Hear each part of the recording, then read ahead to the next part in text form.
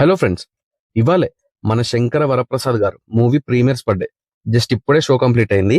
ఇంకా మన వరప్రసాద్ గారు ఎలా ఉన్నారు, సంక్రాంతికి ఏం చేశారు, ఇదంతా తెలుసుకోవాలి అంటే డీటెయిల్డ్ గా మాట్లాడేసుకోవాలి. దానికన్నా ముందు మన ఛానల్ ఇంకా సబ్స్క్రైబ్ చేసుకోకపోతే ఇప్పుడే సబ్స్క్రైబ్ చేసుకోండి, సపోర్ట్ చేయండి. Thank you. మూవీ ఢిల్లీలో ఓపెన్ అవుతుంది.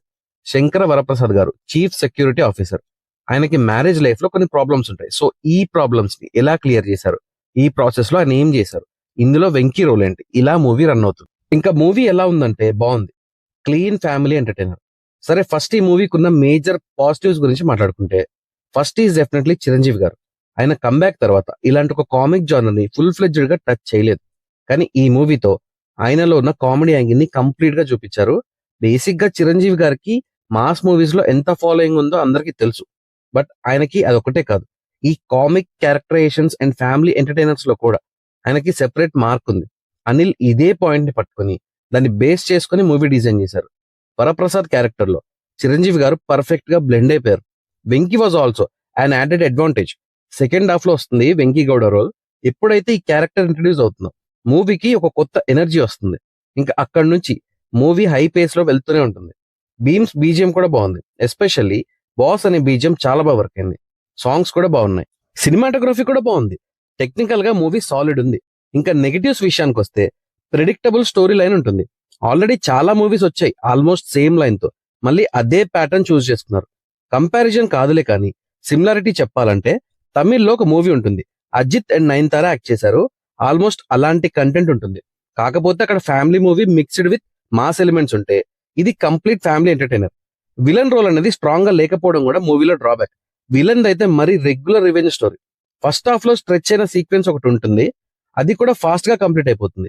బట్ సెకండ్ హాఫ్ లో థింగ్స్ అలా ఉండవు. మూవీ స్లో అయిపోతుంది. స్ట్రెచ్ చేస్తున్నారు అని అర్థం అవుతుంది.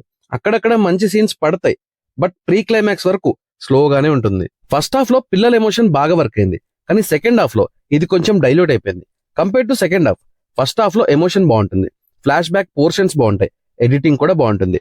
బట్ సెకండ్ హాఫ్ లోనే కొన్ని సీక్వెన్సెస్ ఏదో ఫన్ చేయాలి అని పెడతారు, బట్ అవి రీచ్ కాలేదు.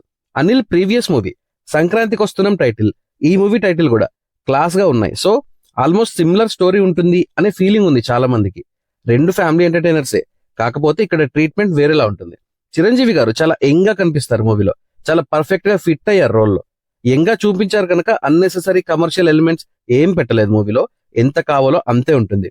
అనిల్ రావిపూడి విజన్ చాలా క్లియర్ గా ఉంది. మూవీ మోడ్ ని కంప్లీట్ గా ఎంటర్టైన్మెంట్ అనే పాయింట్ లోనే చూపించాలి అనుకున్నారు. అందుకే స్టోరీ బేస్డ్ లాగా కాకుండా ఎంటర్టైన్మెంట్ బేస్డ్ గా మూవీని ప్లాన్ చేస్తున్నారు. చిరు కైండ్ ఆఫ్ కామెడీ టైమింగ్ ని బేస్ చేసుకుని మూవీ ప్లాన్ చేశారు. ఎగ్జాక్ట్ అదే అవుట్పుట్ వచ్చింది. ఇప్పుడు సొసైటీలో జరుగుతున్న డివర్స్ కేసెస్ గురించి టాపిక్ రేస్ చేశారు. లాలో ఉన్న సెక్షన్స్ ని ఎలా యూజ్ చేస్తున్నారు అనే పాయింట్ కూడా టచ్ చేశారు.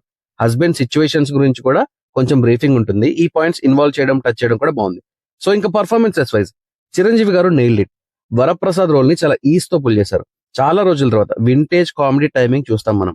నయనతార గారికి ఎక్కువ డైలాగ్స్ ఉండవు. సెటిల్డ్ కైండ్ ఆఫ్ రోల్ ఇది. She did good.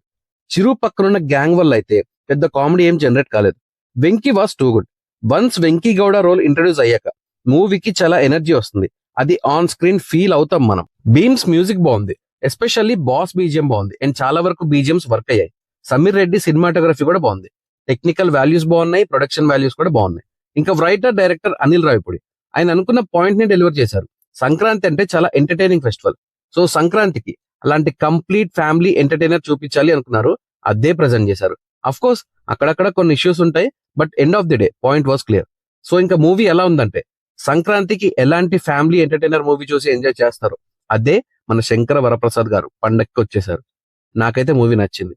మీరు మూవీ చూస్తే మీకు ఎలా అనిపించిందో నా కామెంట్స్ లో మెన్షన్ చేయండి. నా రివ్యూ నచ్చితే సబ్స్క్రైబ్ చేసుకోండి. Thank you for watching.